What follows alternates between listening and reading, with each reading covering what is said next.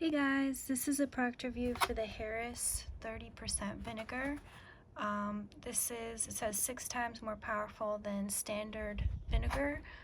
It's super strong.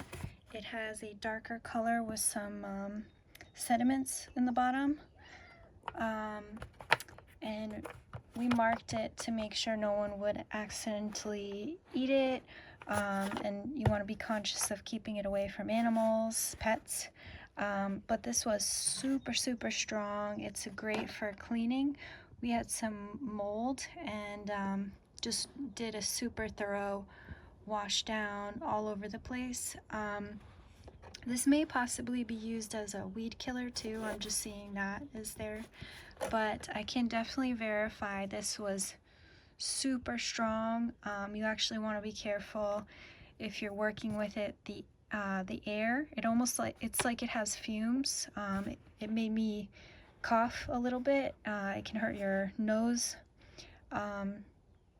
but it's very strong, which is a good thing when you're using it on what you want to clean up. So this is very powerful stuff. I give it an A+.